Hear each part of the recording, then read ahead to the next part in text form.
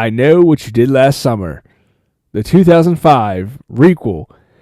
Now, this is the fourth film in the franchise. If you count I'll Always Know What You Did Last Summer, the 2006 bullshit straight to DVD monstrosity. However, technically that film really isn't canon, so this is the third film in the franchise. And I want to start by saying I absolutely love that they did they followed in the footsteps of Halloween and Scream, and instead of doing a straight up reboot, they did a requel, bringing back legacy characters Freddie Prinze Jr. and Jennifer Love Hewitt, while also having newcomers such as Madison Klein from Outer Banks. The film is written and directed by Jennifer Colleen Robertson.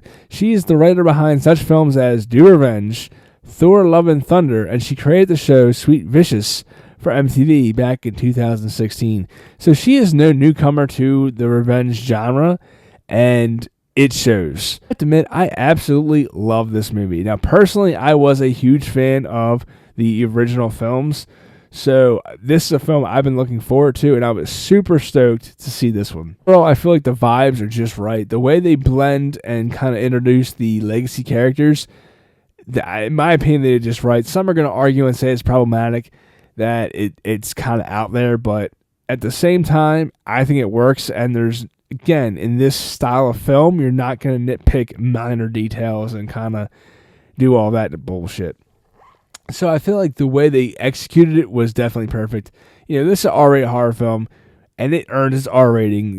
The kills are not only well executed, but they are perfectly paced throughout the film, and it really kind of gives horror fans what they expect from a film like this. Now, if you're not familiar with the premise of the film, it pretty much is a group of friends end up doing a horrific act where somebody dies, or they think somebody dies, and they make a vow to never talk about that night ever again.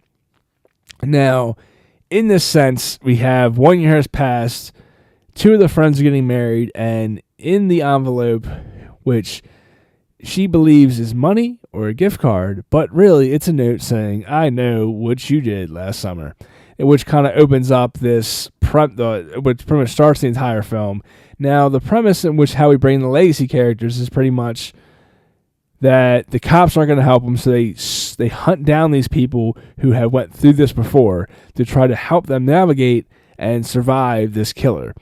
Very similar to Scream. Even really similar to the Final Destination films, really, without actually the whole legacy. Well, there are some legacy characters in the Final Destination films where it kind of brings that back full circle.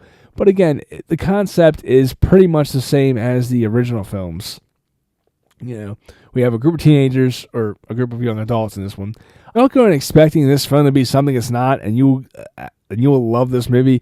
You get exactly what you expect from a film like this, and it delivers on all cylinders. I cannot go as far to give this a Ferris Bueller, because I don't feel like it's that great in a grand scheme of things. Although I will say this is definitely a full price, and you will not be disappointed. I will even go as far to say that I absolutely love this movie, and I will probably go see this in theaters again. Although, again, I can't give it a Ferris Bueller just because I feel like it's not quite adamant of that rating. However, I give it a full price, and I'm going to go pay full price to see this in theaters because that's how much I enjoyed seeing this film. So, what are your thoughts? Comment below, let me know. And as always, if you'd like to see here and you want to see more, click right here to see more.